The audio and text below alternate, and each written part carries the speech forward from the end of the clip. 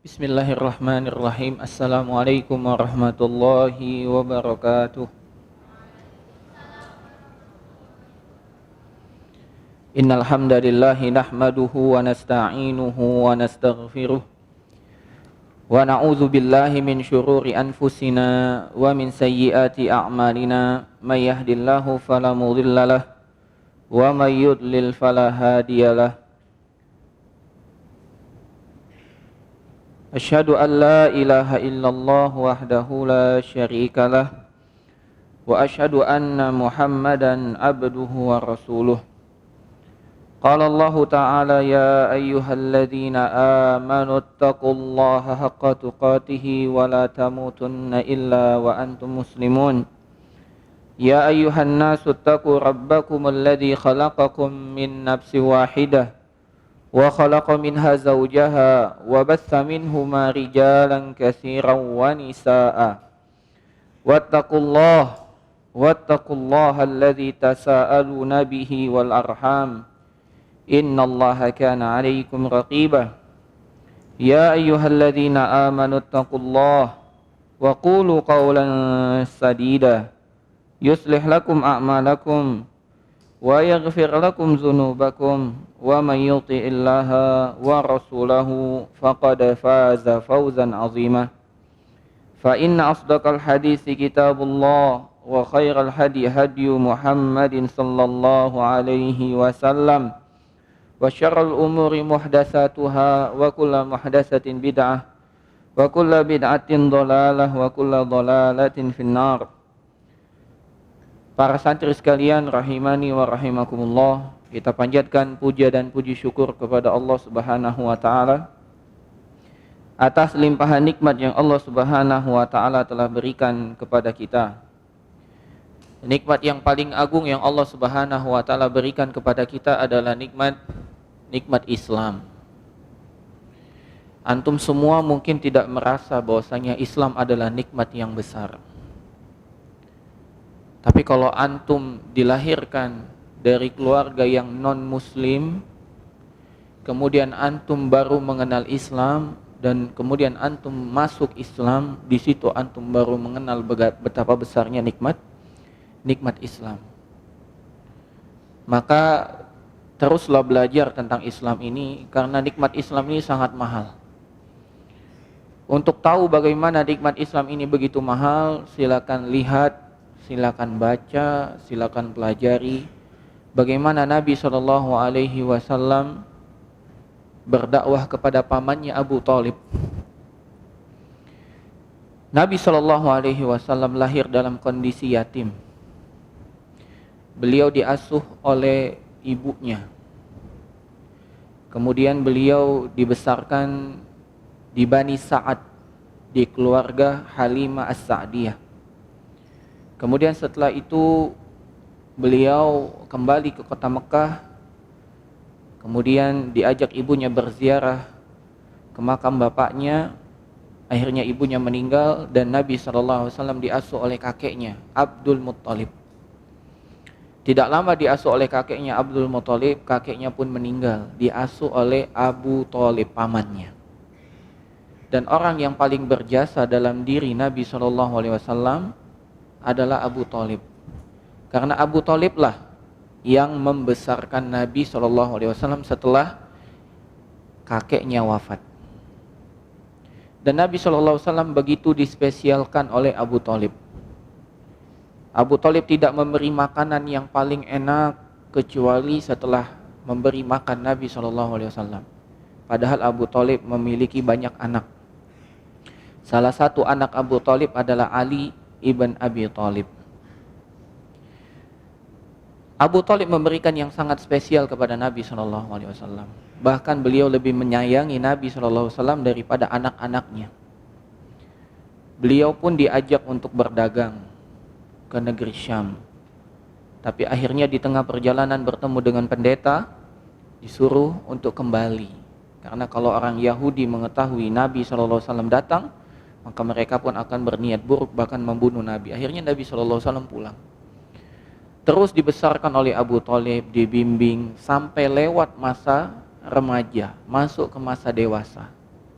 Akhirnya Nabi SAW pun menikah, dan itu pun tetap dibantu oleh Abu Thalib. Setelah Nabi SAW menikah, memiliki anak, ternyata Abu Thalib pun tetap mengawasi dan membantu Nabi SAW. Sampai akhirnya wahyu itu pun turun. Iqra bismi rabbikal ladzi khalaq. Sampai akhirnya perintah untuk berdakwah itu datang. Ya ayyuhal muddatsir qum fa'andzir. Akhirnya Nabi SAW mulai berdakwah. Dan apa yang terjadi? Sebelumnya manusia mencintai Nabi SAW karena budi pekerti dan akhlaknya. Dan ini salah satu kenapa kita harus belajar akhlak. Manusia itu sangat cinta dengan orang yang punya adab, yang punya akhlak. Sangat cinta. Orang-orang musyrik di kota Mekah sangat mencintai Nabi SAW. Dan mereka memberi nama Al-Amin, yang dapat dipercaya kepada Nabi SAW. Namun ketika Nabi mulai berdakwah, yang terjadi adalah mereka mulai memusuhi Nabi SAW. Akhirnya Nabi diganggu, dicaci, dimaki, bahkan terlibat kontak fisik. Namun yang menjadi tameng Nabi SAW selama berdakwah di kota Mekah adalah pamannya Abu Thalib. Di mana Nabi SAW diganggu, di situ Abu Thalib ada. Di mana Nabi SAW butuh bantuan dana, di situ Abu Thalib mengerahkan dananya. Di mana Nabi SAW butuh tenaga, di situ Abu Thalib mengerahkan tenaganya. Tidak ada satupun jalan Nabi SAW kecuali Abu Thalib membantu Nabi SAW. Betapa besar jasanya Abu Thalib, pamannya Nabi Muhammad SAW.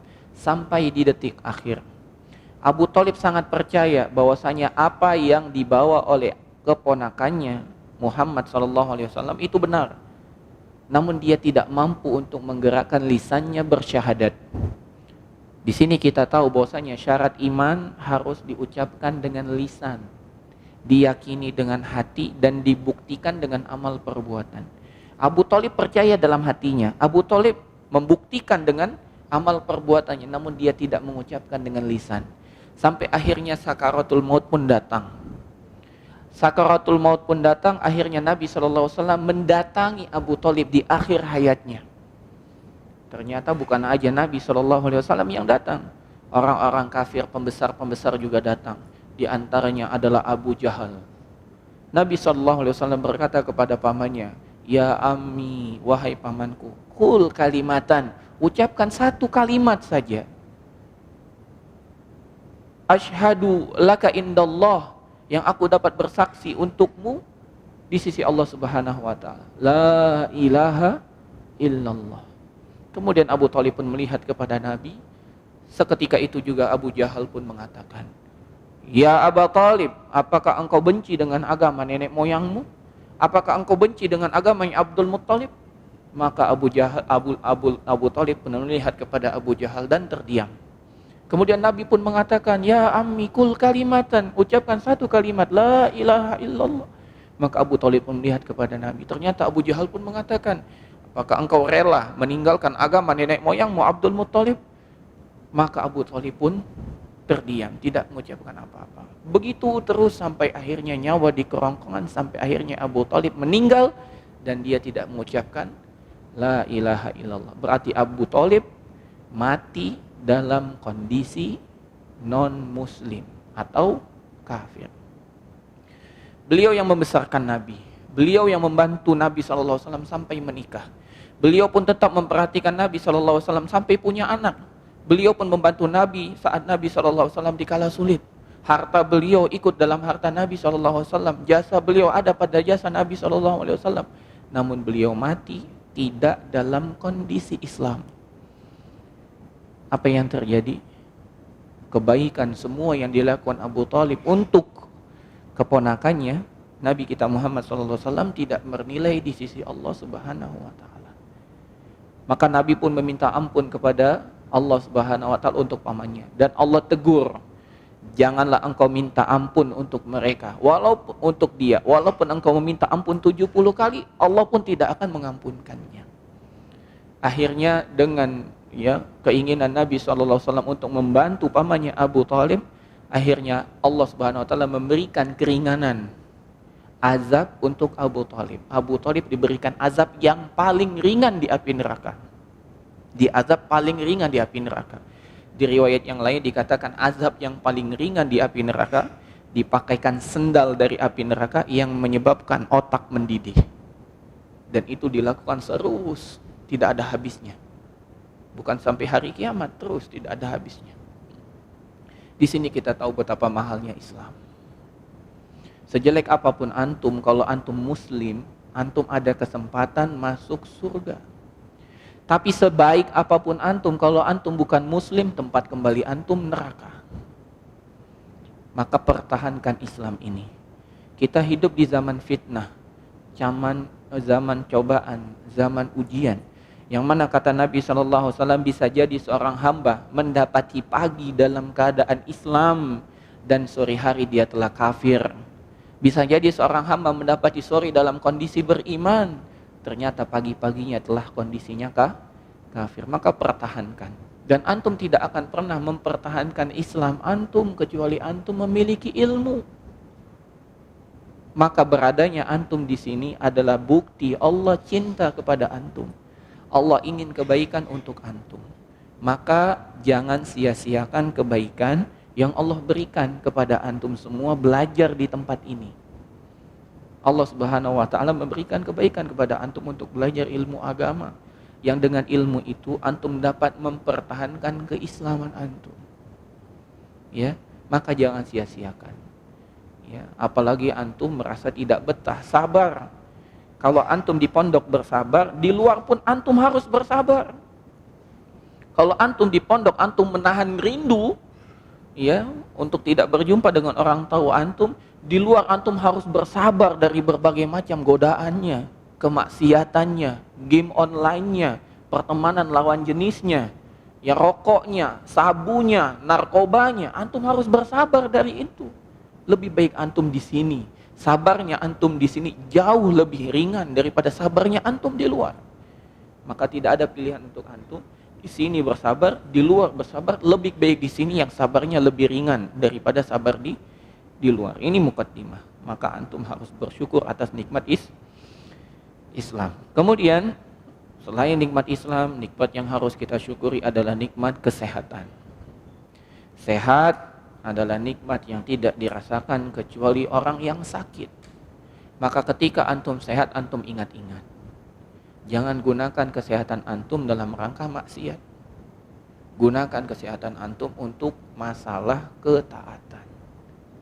Karena kalau antum sudah nggak sehat, antum tidak bisa ke masjid lagi. Kalau antum sudah nggak sehat, antum sudah tidak bisa beramal soleh lagi. Banyak hal yang tidak bisa antum lakukan kalau antum tidak sehat. Antum lihat, ya, imam masjid ini, Allah beri sedikit ya ujian untuk beliau, sakit, bisa ke masjid, bisa ngimamin, itu bukti sedikit betapa mahalnya hidup, ya betapa mahalnya nikmat sehat. Antum lihat ya di rumah sakit, tahu mereka betapa mahalnya bernafas ketika mereka harus ngirup oksigen. Dan sekarang tanya dengan ya Ustadz antum, Ustadz Rahmat, betapa langka dan mahalnya oksigen. Kalau seandainya oksigen yang Allah berikan untuk antum berupa kesehatan ini dibayar, antum harus bayar dan antum harus ya punya nota yang antum harus bayar tagihannya, mungkin antum tidak akan bisa membayar dengan semua kekayaan antum. Walaupun antum juragan karet, walaupun antum juragan batu bara, walaupun antum juragan semen, antum tidak akan bisa membayar karena begitu mahalnya nikmat oksigen. Itu baru nikmat oksigen, belum nikmat darah, belum nikmat yang lain, belum nikmat lambung, belum nikmat usus. Ya, maka kesehatan ini antum harus manfaat. Yang ketiga adalah kesempatan. Tidak semua orang memiliki kesempatan sama seperti antum duduk di majelis.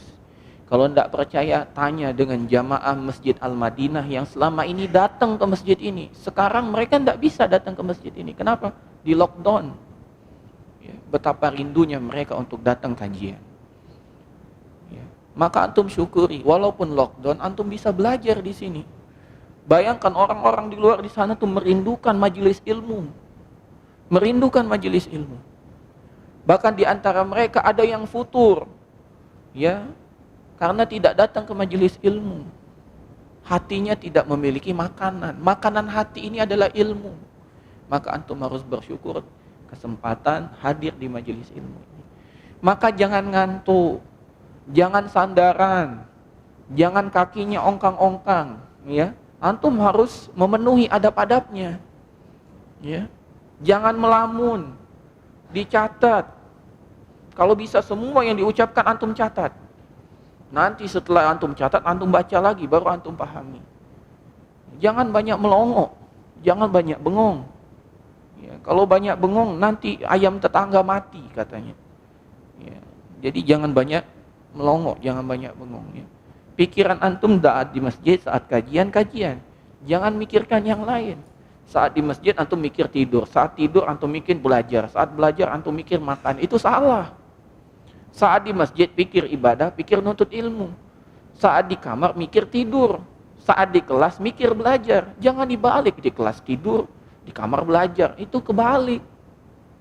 Orang yang cerdas adalah orang yang dapat memberikan hak pada setiap waktunya. Kalau dia lagi di kelas, dia belajar. Kalau dia di masjid, dia ibadah. Kalau dia di kamar, dia tidur. Sudah. Ya. Itu orang yang cerdas. Maka mari kita syukuri terus. Kemudian salawat dan salam tidak lupa kita panjatkan kepada Nabi kita, Nabi besar Muhammad sallallahu alaihi wasallam. Semoga salawat dan salam juga tercurah limpahkan kepada keluarga beliau, sahabat-sahabatnya dan para pengikutnya hingga hari kiamat. Insyaallah malam hari ini kita lanjutkan pembahasan kita dari pembahasan tentang adab, yaitu adab kepada Allah. Adab kepada Allah.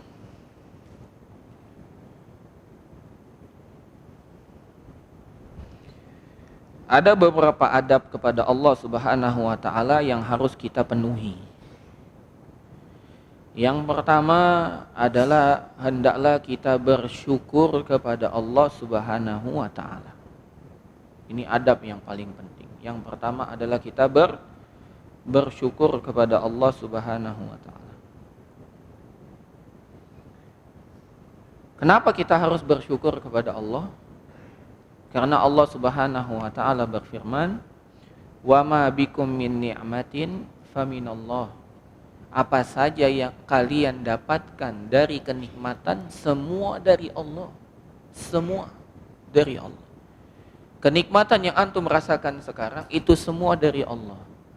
Nikmat pakaian, nikmat makanan, nikmat kesehatan. Bahkan nikmat antum ada di dunia ini, siapa yang memberikan? Allah Subhanahu wa taala. Dan nikmat butuh disyukuri. Maka adab pertama adalah bersyukur. Lihat proses hidup antum. Antum ini semuanya diciptakan dari tanah. Yaitu kakek moyang antum, Nabi Adam alaihissalam diciptakan dari tanah. Kemudian Allah menciptakan dari tulang rusuknya istrinya Hawa. Dan dari Adam dan Hawa Allah Subhanahu wa taala jadikan laki-laki dan perempuan yang banyak. Dan antum semua merupakan saripati tanah. Adam dari tanah, Hawa dari Adam. Adam dan Hawa punya anak-anak dan anak-anaknya Adam dan Hawa semuanya adalah saripati tanah. Kita ini saripati tanah. Dari air mani yang bertemu dengan air mani laki-laki bertemu dengan air mani perempuan. Kalau dalam istilah biologi, sperma bertemu dengan ovum, ya, kemudian bertemu jadilah zigot, ya. Kemudian zigot itu berkembang jadi segumpal darah, dari segumpal darah jadi segumpal daging, dari segumpal daging jadilah ya makhluk yang diselimuti oleh tulang, daging yang tulang yang diselimuti dengan daging. Umur 4 bulan antum ditiupkan ruh sampai antum lahir ke dunia. Siapa yang menjadikan itu semua? Allah Subhanahu wa taala. Dan lebih dahsyat lagi ketika antum di dalam perut antum, sumber makan antum cuma satu, yaitu tali pusar. Begitu antum lahir ke dunia, sumber makan antum jadi dua, yaitu ASI ibu antum, kanan dan kiri. Allah tambah nikmat untuk antum. Awalnya cuma dari tali pusar, keluar ke dunia jadi dua makanan antum. Ketika antum selesai dari ASI 2 tahun, antum selesai dari susu ibu antum dari susu kanan dan susu kirinya, Allah berikan 4 kenikmatan. Antum bisa makan dengan menggunakan 2 tangan antum dan dengan berusaha dengan 2 kaki antum. Jadi 4. Maka kata para ulama, tidaklah Allah menutup satu rezeki, satu kenikmatan dari antum, kecuali Allah akan bukakan 2 rezeki. Ketika Allah tutup 2 rezeki dari antum, Allah akan bukakan 4 rezeki dari antum. Maka ketika antum mendapatkan satu keburukan, antum harus husnuzan, tetap bersyukur kepada Allah, karena satu nikmat yang Allah tutup untuk antum, Allah sedang membuka 2 nikmat untuk antum. Maka tidak ada pilihan kecuali antum harus bersyukur kepada Allah, dan ini adab yang pertama. Yang kedua, adab yang kedua yang antum harus penuhi adalah hendaklah antum malu. Malu kepada Allah. Hendaklah antum malu. Hendaklah antum malu kepada Allah ketika antum ingin bermaksiat. Hendaklah antum malu kepada Allah ketika antum ingin bermaksiat. Bagaimana mungkin antum mau bermaksiat kepada Allah, sedangkan Allah yang memberikan semua nikmat untuk antum? Antum diberikan kebaikan oleh seseorang, anggap namanya Ahmad. Ahmad memberikan kebaikan kepada Saddad setiap hari. Setiap hari Saddad diberi uang oleh Ahmad 10.000. Saddad ini 10.000 setiap hari. Kemudian ketika Ahmad minta tolong kepada Saddad, Saddad tidak mau membantu. Antum semua pasti bilang Saddad tidak ada malu, sudah dibantu, tidak mau membantu. Atau lebih parah dari itu, antum sudah dikasih uang setiap hari Saddad oleh Ahmad 10.000. Setelah dikasih uang, antum malah memukul kepala Ahmad. Bukan hanya memukul dengan tangan, antum pukul dengan pukul besi. Itu namanya apa? Kurang ajar. Sudah tidak tahu malu, kurang ajar. Maka Saddad merupakan anak yang baik. Ya, ketika Ahmad memberi uang, dia balas. Ahmad kasih 10.000, Saddad karena punya kelebihan uang dikasih 20.000 kepada Ahmad. Ini namanya orang yang tahu balas budi. Walillahil masalul a'la, dan Allah memiliki permisalan yang lebih agung lagi daripada itu. Allah memberikan kita nikmat tidak putus-putus, masa kita tidak mau taat kepada Allah? Bukan malah menjalankan perintahnya, malah kita bermaksiat kepadanya. Apa ndak malu? Malu. Maka ketika kita, Muhammad Baihaqi, ustadznya di sini. Ketika kita ingin berbuat maksiat kepada Allah Subhanahu wa taala, ingat, malu. Apa? Malu. Bayangkan kalau seandainya Allah cabut nikmat itu dari kita. Ya fulan, engkau sudah diberi nikmat, lantas engkau bermaksiat. Sudah, aku cabut aja nikmat aliran darah dari dirimu. Maka aliran darah antum pun berhenti. Apa yang terjadi? Tanya sama guru IPA, apa yang terjadi guru IPA? Selesai, ya. Kalau membaca buku itu the end katanya. Tamat, sudah selesai, habis. Atau Allah Subhanahu wa taala katakan kepada antum, antum sudah diberi nikmat, tidak mau menjalankan perintah. Yang dinamain maksiat itu ada 2 ya.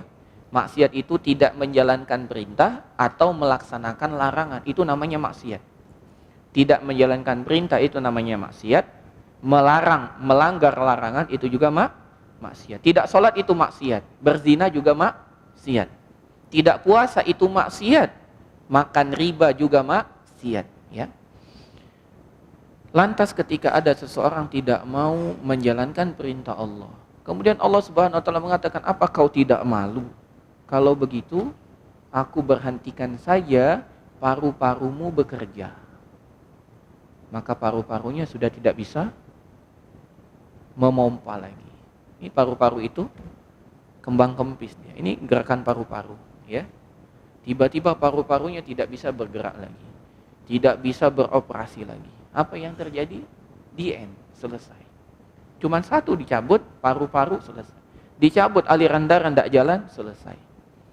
Maka malulah kepada Allah Subhanahu wa taala, jangan sampai nikmat yang Allah berikan kepada kita Allah cabut. Malu.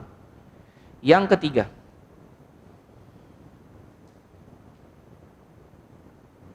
hendaklah kita jujur kepada Allah Subhanahu wa taala.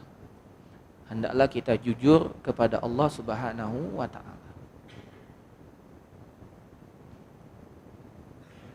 Jujur dalam melaksanakan semua perintah-perintahnya.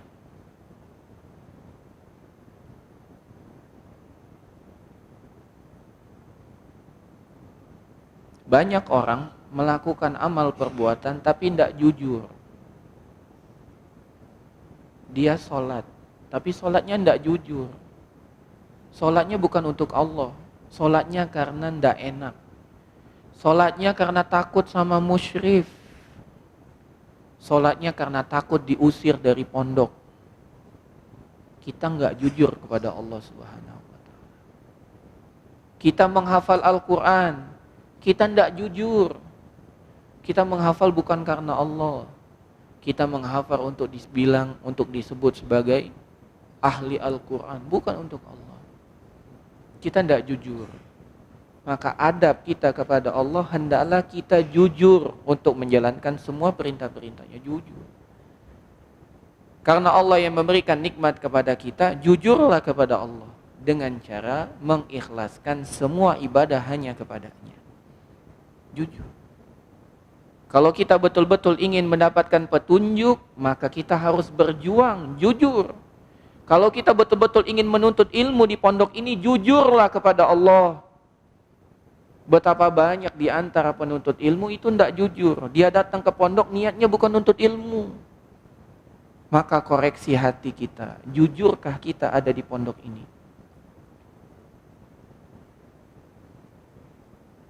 Ya, jujur tidak jika di pondok ini? Jangan-jangan kita tidak jujur di sini. Kalau antum tidak jujur, antum tidak beradab kepada Allah Subhanahu wa taala. Lebih parah lagi, kalau antum tidak jujur, bisa jadi antum memiliki sifat orang munafik.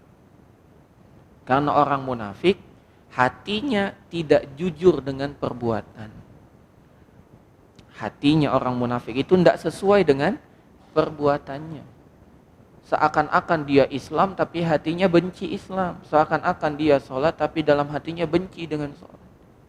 Na'udzubillahi min dzalik. Hendaklah kita betul-betul jujur. Allah memerintahkan kepada kita, ya ayyuhalladzina amanu kunu ma'as shadiqin. Wahai orang yang beriman, jadilah kalian bersama orang yang jujur. Dan Nabi SAW bersabda, in tasduqillaha yasduqka. Kalau seandainya engkau jujur kepada Allah, Allah akan buktikan kejujuranmu.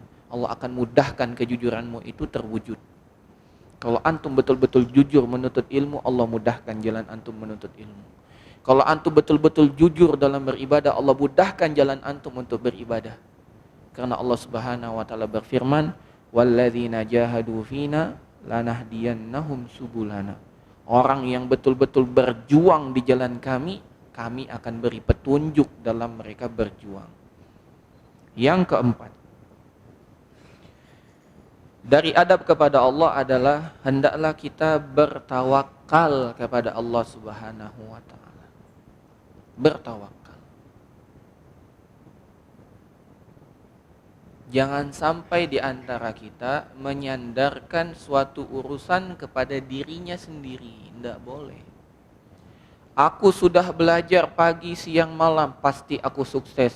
Lah, tidak boleh. Harus tawakal kepada Allah Subhanahu wa taala. Fa idza azamta fatawakkal 'ala Allah. Kalau kamu sudah benar-benar berjuang sungguh-sungguh, tawakal kepada Allah Subhanahu wa taala. Apa arti tawakal? Tawakal adalah mengoptimalkan semua usaha yang mampu dilakukan dengan menempatkan hati bergantung kepada Allah. Itu tawakal. Mengoptimalkan semua usaha yang dapat kita lakukan dengan menggantungkan hati kita kepada Allah Subhanahu wa taala. Betul ini usaha kita, namun hasilnya siapa yang menentukan? Allah Subhanahu wa taala. Itu makna tawakal. Dan Allah Subhanahu wa taala berfirman, "Wa may yatawakkal 'alallahi fahuwa hasbuhu." Barang siapa bertawakal kepada Allah, Allah akan mencukupkannya. Dan kita harus bertawakal kepada Allah, dan ini merupakan adab kepada Allah. Jangan sampai ada orang bertawakal kepada dirinya sendiri. Kalau ada orang bertawakal kepada dirinya sendiri, dia bisa jatuh dalam sifat ujub, bangga diri. Kalau orang bertawakal kepada dirinya sendiri, bisa jadi dia putus asa. Orang yang bertawakal kepada dirinya sendiri, ketika dia sukses, dia akan sombong, dia akan ujub. Sebagaimana perkataan Qarun. Kata Qarun ketika dia sukses mendapatkan harta, yang mana dia punya gudang-gudang harta. Hartanya ditaruh di gudang, gudangnya penuh berisi emas, perak, dan perhiasan segala macam. Kunci-kuncinya saja, kunci gudang-gudangnya saja, tidak mampu dipikul kecuali oleh orang yang begitu kuat. Kuncinya doang. Bukan hartanya, kuncinya. Kuncinya saja tidak bisa diangkat kecuali orang yang begitu kuat. Itu kunci gudang hartanya Qarun. Kemudian orang pun memuji Qarun. Bagaimana tipsnya? Maka Qarun mengatakan, "Innama utitu ala ilmin indi." Ini semua adalah hasil jerih payahku. Ini semua adalah bukti kehebatanku. Dia tidak bertawakal kepada Allah. Yang kedua, ketika orang bertawakal kepada dirinya sendiri, tidak bertawakal kepada Allah, ketika dia salah, ketika dia gagal, ketika dia failed, ya, gagal, tidak sukses. Apa yang terjadi? Seperti orang Jepang. Ketika orang Jepang kalah perang, apa yang dilakukan? Harakiri. Apa harakiri? Bunuh diri. Dan betapa banyak orang-orang kafir ketika dia gagal bunuh diri karena dia tidak bertawakal kepada Allah. Di Jepang orang mati bunuh diri dengan pisau. Dia bunuh. Ya, dia tusuk hatinya sampai mati. Orang di Amerika ketika dia gagal, dia naik ke atas jembatan, dia terjun mati. Itu kerjanya orang kafir. Angka kematian di Jepang karena frustasi tinggi. Di Amerika juga sama, angka kematian akibat frustasi gagal banyak. Kenapa? Karena mereka tidak bertawakal kepada Allah. Kalau dia bertawakal kepada Allah, dia akan ridho apapun hasil yang dia dapat. Karena dia hanya berusaha, hasilnya Allah yang menentukan. Nah, yang kelima.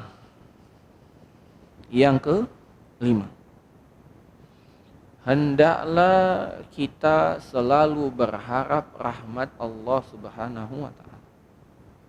Kita memiliki roja,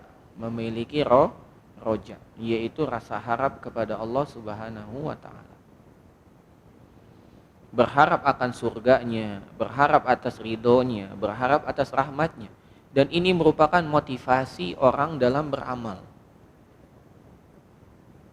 Dahulu, kenapa para sahabat begitu kuat dan yakin keimanannya? Karena Nabi mendidik mereka dengan surga dan neraka. Lihat bagaimana Nabi SAW mendidik keluarga Yasir.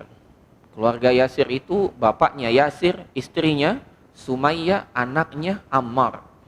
Tiga-tiganya diazab oleh orang musyrik gara-gara masuk Islam. Yasir dicambuk, diikat, ya, hampir mati. Ammar dicambuk, diikat, hampir mati. Sumayyah ibunya diikat, dicambuk sampai mati, hampir mati. Tidak kurang dari itu, akhirnya Sumayyah ditusuk besi dari kemaluannya tembus sampai akhirnya dia meninggal sebagai syahid pertama dalam Islam. Ketika Nabi SAW melewati mereka, Nabi tidak mengatakan jihad, enggak, karena saat itu belum ada kemampuan untuk berjihad. Nabi SAW hanya mengatakan kepada Yasir dan keluarganya. Dan ini merupakan kisah memilukan. Harusnya kita menangis dengan kisah ini. Bagaimana dahulu orang-orang pertama masuk Islam mempertahankan keislamannya dengan darah, dengan nyawa. Nabi SAW mengatakan, "Sabran ala Yasir, fa inna mau'idakumul jannah." Bersabar keluarga Yasir, sabar, tidak ada yang lain, sabar. Ganjaran bagi kesabaran kalian adalah surga. Maka mereka pun kuat. Ammar kuat, Yasir kuat, Sumayyah kuat. Bahkan Yasir melihat istrinya mati syahid kuat. Maka kita jangan pernah putus mengharap rahmat dari Allah. Tidak apa-apa kita di dunia ini hidup susah. Tidak apa-apa kita di dunia ini hidup penuh dengan hinaan manusia. Yang penting kita mengharapkan rahmat Allah Subhanahu wa ta'ala. Jangan pedulikan omongan manusia. Apa yang antum lakukan asal itu merupakan dicintai oleh Allah, antum kerjakan. Walaupun manusia mencela antum, walaupun manusia mencemooh antum. Seumuran antum ini labil, maka jadilah sebagaimana Imam Nawawi. Imam Nawawi itu dulu sama seperti antum. Inginnya belajar terus, teman-temannya tidak setuju. Nawawi, jangan sok-sokan ente. Ya, waktu kita nih waktu main. Akhirnya teman-temannya menyeret Nawawi untuk main bersama mereka. Nawawi pun menangis.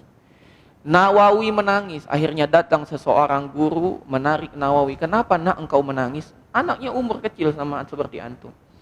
Ditanya kepada Nawawi, "Kenapa engkau menangis?" "Aku ingin belajar, oleh teman-temanku ditarik untuk main."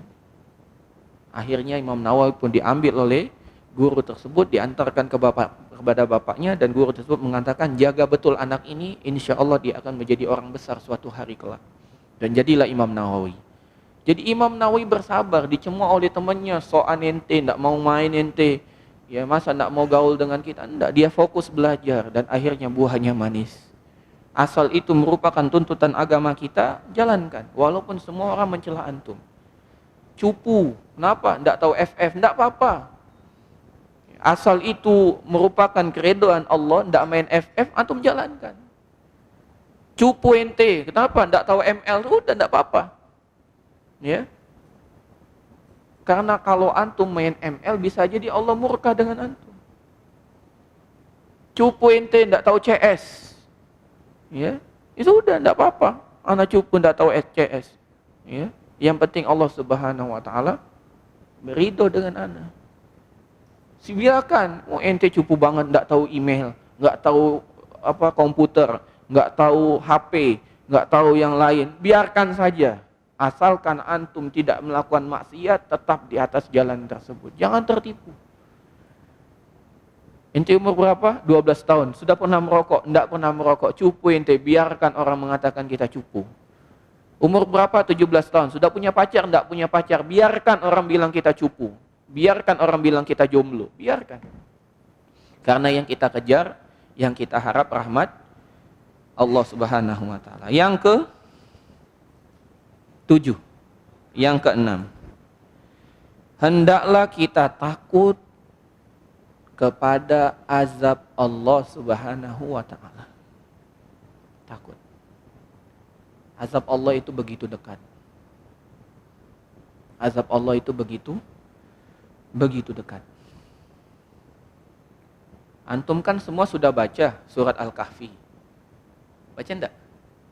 Antum sudah baca kan kisah Sahibu Al-Hadiqah yang punya kebun, iya kan? Pernah kan baca kisah yang punya kebun? Dia masuk kepada kebunnya, dia bilang, "Ana aksaru minka malan wa a'azzu nafara." Ya kan? Bangga dia. Dia tidak takut dengan azab Allah Subhanahu wa ta'ala. Apa yang terjadi? Satu malam, besok paginya dia lihat apa? Kebunnya sudah habis. Kebunnya sudah habis. Maka temannya mengatakan, "Falaula isdakhalta jannataka qulta ma sya'allahu la quwwata illa billah." Kenapa? Karena dia tidak takut dengan azab Allah. Kan antum sudah menghafal nih surat Al-Mulk. Sudah menghafal kan? Apa kata Allah Subhanahu wa ta'ala? "Aamintum man fis sama?" Apakah engkau merasa aman? Apakah engkau tidak takut dari zat yang ada di langit? Antum kan sudah baca. Ya. Kemudian Allah Subhanahu wa ta'ala juga berfirman, "Apakah kamu tidak takut dengan makar Allah?" Tidak ada yang tidak takut dengan makar Allah kecuali orang zalim. Takutlah kita kepada Allah Subhanahu wa ta'ala. Nah, azan? Ini muazzin? Azan belum? Iya, kalau belum kita lanjutkan. Jadi hendaklah kita takut kepada Allah Subhanahu wa ta'ala. Nah, sebelum kita lanjutkan ke poin yang ke-7, kita dengarkan azan terlebih dahulu. Wassallallahu ala nabiyina Muhammad wa ala alihi wa sahbihi ajma'in. Baik, kita lanjutkan. Alhamdulillah. Wassalatu wassalamu ala Rasulillah wa ala alihi wa sahbihi wa mawala. Jadi kita harus takut kepada azab Allah Subhanahu wa ta'ala. Karena Allah Subhanahu wa ta'ala berfirman, wa idza aradallahu biqaumin su'an fala maraddalahu wa ma lahum min dunihi min wal. Kalau seandainya Allah Subhanahu wa ta'ala menginginkan bagi suatu kaum keburukan, maka tidak ada yang dapat menolak. Allah Subhanahu wa ta'ala menguji kita di abad ini, di zaman ini, di generasi antum ini. Allah turunkan sebuah penyakit yang dikenal dengan COVID-19 ini. Tidak ada satupun yang dapat menolak ini. Sehebat apapun antum tidak bisa. Negara sehebat apapun tidak bisa. Katanya ada negara Amerika, negara superpower, tidak bisa juga. Banyak yang mati di Amerika. Katanya Cina adalah negara superpower berikutnya. Cina juga adalah sumber penyakitnya. Katanya Rusia adalah blok lain dari Amerika, itu juga tidak bisa menolak yang Allah Subhanahu wa ta'ala turunkan berupa ujian penyakit ini. Tidak ada yang bisa. Itu baru virus. Belum lagi Allah Subhanahu wa ta'ala perintahkan kepada gunung untuk mengeluarkan larvanya. Belum lagi Allah Subhanahu wa ta'ala perintahkan kepada hutan untuk membakar dirinya. Sekarang di negeri Aljazair, semoga Allah Subhanahu wa ta'ala melindungi kaum muslimin yang ada di negara Aljazair, terjadi kebakaran hebat. Ya. Ini tidak ada yang bisa menolak. Masih ingat antum Aceh tahun 2004, 26 Desember tahun 2004 apa yang terjadi? 250.000 jiwa mati seketika. 250.000 manusia mati seketika. Berapa kabupaten hilang, semua permukiman hilang. Allah sudah berkehendak kepada suatu kaum tidak ada yang dapat menolaknya, maka takutlah kepada Allah. Bayangkan ketika antum melakukan dosa, melakukan maksiat, Allah datangkan azab tersebut, apa yang antum akan lakukan? Makanya ada ulama itu tidak bisa tidur setiap malam karena ingat dengan dosanya. Dia takut ketika dia tidur Allah turunkan azab. Tidak bisa nyenyak tidurnya karena rasa takut kepada Allah Subhanahu wa ta'ala. Dan Allah janjikan bagi hambanya yang takut kepada Allah naungan yang tidak ada naungan kecuali naungannya. Kata Allah kata Nabi SAW, sab'atun yuzilluhumullahu fi zillih yauma la zillah illa zilluh. Pada hari di mana tidak ada naungan kecuali naungan Allah Subhanahu wa ta'ala, dan Allah hanya berikan kepada 7 golongan. Salah satunya apa? Rajulun zakarallaha khaliyan fafadat ainah. Laki-laki yang dia menyendiri berzikir kepada Allah, mengingat dosa-dosanya yang menyebabkan air matanya menetes tanpa henti. Maka air mata yang menetes karena takut kepada Allah inilah yang akan menyelamatkannya nanti di hari kiamat. Maka takutlah kepada Allah Subhanahu wa ta'ala. Kalau antum tidak bisa melakukan amal soleh, tahan diri antum jangan bermaksiat. Karena mau tidak mau waktu akan terus berjalan. Kalau antum tidak bisa isi waktu antum dengan kebaikan, tahan. Jangan bikin dosa. Maka antum akan selamat. Makanya kata para ulama dalam menafsirkan firman atau sabda Nabi Muhammad SAW, "Man kana yu'minu billahi wal yaumil akhir falyakul khairan aw liyasmut." Perkataan baik, barang siapa yang beriman kepada Allah dan hari akhir hendaklah dia berkata baik. Kenapa? Karena dengan berkata baik dia akan panen pahala. Kalau dia tidak bisa, falyasmut, hendaklah dia diam karena dengan diam dia akan selamat. Jadi kalau antum tidak bisa panen pahala, minimal antum diam, antum selamat, enggak diambil dosa oleh Allah Subhanahu wa taala. Yang ketujuh, dari adab yang antum harus miliki sebagai seorang hamba kepada Allah Subhanahu wa taala, hendaklah selalu berhusnuzon kepada Allah Subhanahu wa taala. Berbaik sangka kepada Allah Subhanahu wa taala. Selalu berbaik sangka kepada Allah Subhanahu wa taala. Apapun yang antum hadapi harus berbaik sangka. Allah takdirkan antum kehilangan ibu antum meninggal, berbaik sangka kepada Allah. Mungkin itulah cara Allah memberikan ganjaran dan balasan pahala untuk antum.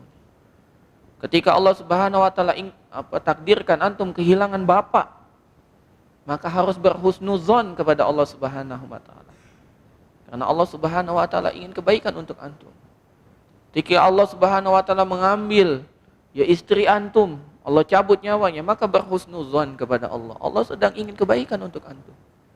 Ketika Allah Subhanahu wa taala jadikan antum ada sakit, ada cacat pada diri antum, berhusnuzon kepada Allah. Allah ingin kebaikan untuk antum. Ketika antum memiliki kekurangan, baik itu fisik ataupun rezeki ataupun yang lain, maka berhusnuzon kepada Allah. Karena Allah Subhanahu wa taala ingin kebaikan untuk antum. Antum hidupnya susah, keluarga antum hidupnya susah, hidup di bawah garis kemiskinan, berhusnuzon kepada Allah Subhanahu wa taala. Itu adalah kebaikan. Nabi SAW tidak takut kepada umatnya miskin, tapi Nabi SAW takut umatnya kaya. Dengan jelas Nabi mengatakan, mal faqra akhsha alaikum. Bukan kefakiran yang aku takutkan kepada kalian. Yang aku takutkan Allah Subhanahu wa taala membentangkan bagi kalian dunia, kemudian kalian berlomba-lomba untuk mendapatkan dunia. Sebagaimana orang-orang sebelum kalian mengejar dunia, sehingga kalian binasa sebagaimana orang sebelum kalian binasa. Allah tidak takut, Nabi SAW tidak takut kita miskin. Tapi bukan berarti Rasul memerintahkan kita miskin. Tidak. Karena Rasul dalam doanya yang lain, yang antum baca setiap sore dan pagi hari, Allahumma inni a'udzubika minal kufri wal faqri. Bukan berarti ketika tidak Nabi SAW mengatakan tidak takut kepada kefakiran, antum harus minta fakir. Bukan. Tapi kalau Allah takdirkan antum fakir, berbahagialah. Itu bisa jadi Allah ingin kebaikan untuk antum. Karena sesungguhnya orang miskin mendahului orang kaya masuk surga setengah hari. Orang miskin lebih dahulu masuk surga setengah hari. Yang mana satu hari di surga 1000 tahun. Jadi 500 tahun orang miskin sudah menikmati surga, baru orang kaya masuk surga. Jadi antum harus berhusnuzon kepada Allah. Bukan berarti ana merintahkan antum hidup miskin, bukan. Karena orang kaya lebih mudah untuk beramal soleh daripada orang miskin. Tapi ketika Allah takdirkan kepada antum, di mata antum itu adalah keburukan, belum tentu. Bisa jadi itu kebaikan. Tetaplah berhusnuzon kepada Allah. Sebagaimana yang antum hafal. Bisa jadi apa yang antum cintai, itu Allah larang. Allah tidak penuhi. Karena apa? Karena itu keburukan buat antum. Tapi betapa banyak Allah memberikan sesuatu walaupun antum tidak senang. Padahal itu kebaikan untuk antum. Dan dalam sebuah hadis, Allah Subhanahu wa taala membagi manusia. Ada manusia yang Allah berikan kekayaan karena Allah tahu kalau dia miskin dia tidak beriman. Tapi ada manusia yang lain Allah berikan dia kefakiran, kalau dia kaya dia tidak beriman. Maka hendaklah selalu berhusnuzon kepada Allah Subhanahu wa taala. Yang mana yang paling baik? Orang kaya bersyukur atau orang miskin yang bersabar? Semuanya memiliki kebaikannya masing-masing. Ya. Kalau antum pilih, ya pasti antum memilih orang kaya yang bersyukur, dan paling sulit orang kaya bersyukur. Telah banyak contohnya. Ya, inilah beberapa adab yang harus kita penuhi kepada Allah Subhanahu wa taala. Dan yang terakhir, yang ke-8. Dari adab kepada Allah Subhanahu wa taala, hendaklah kita terus menuntut ilmu, mengenal Allah Subhanahu wa taala. Selalu kita menuntut ilmu mengenal Allah Subhanahu wa ta'ala. Karena kita akan ditanya di alam kubur, man rabbuka, siapa Tuhanmu. Maka dari adab kita kepada Allah Subhanahu wa ta'ala, hendaklah kita mengenal Allah Subhanahu wa ta'ala, mengenal kalimatnya la ilaha illallah, mengenal kalimatnya. Karena kalimat la ilaha illallah memiliki dua rukun, an-nafyu wal isbat. Dan la ilaha illallah memiliki 7 rukun atau 7 syarat yang harus antum penuhi, ya. Maka teruslah belajar mengenal Allah Subhanahu wa taala, mengenal asma wa sifat, mengenal uluhiyahnya, mengenal rububiyahnya. Ini merupakan adab-adab yang harus antum penuhi. Semakin antum beradab kepada Allah, semakin antum tinggi keimanannya. Semakin tinggi keimanan antum, Allah Subhanahu wa taala makin cinta dengan antum. Ketika Allah makin cinta dengan antum, Allah makin banyak menguji antum. Ya, jadi jangan dikira ketika antum sudah dicintai Allah, Allah tidak uji. Makin tinggi derajat antum, makin banyak ujiannya. Maka ketika antum, Ustaz, kenapa ya hidup anak kok penuh dengan kesulitan? Bisa jadi Allah sedang ingin menaikkan derajat antum. Karena antum tidak boleh naik kelas kecuali ikut ujian. Kalau antum lulus ujian, baru antum naik kelas. Tapi kalau antum tiba-tiba naik kelas, tidak mungkin. Harus ada ujiannya. Dan konsekuensi ujian, bisa ada yang lulus, tidak ada yang gagal. Ya, kalau tidak naik berarti ujian lagi. Ya, maka ketika Allah sedang menguji antum, antum sedang naik tingkat, maka hendaklah antum memenuhinya. Ya, dan ujian itu ada 2. Wa nabluukum bisyarri wal khairi fitnah, dan kami menguji kalian dengan kebaikan dan keburukan. Jadi kalau antum ditimpa kebaikan, pandai-pandailah antum mengelola nikmat itu agar antum sukses. Kalau antum diuji dengan keburukan, pandai-pandai antum mengelola hal itu agar antum sukses. Ini yang dapat disampaikan. Kita tutup dengan doa kafaratul majlis. Subhanakallahumma wa bihamdika asyhadu an la ilaha illa anta astaghfiruka wa atubu ilaik. Assalamualaikum warahmatullahi wabarakatuh.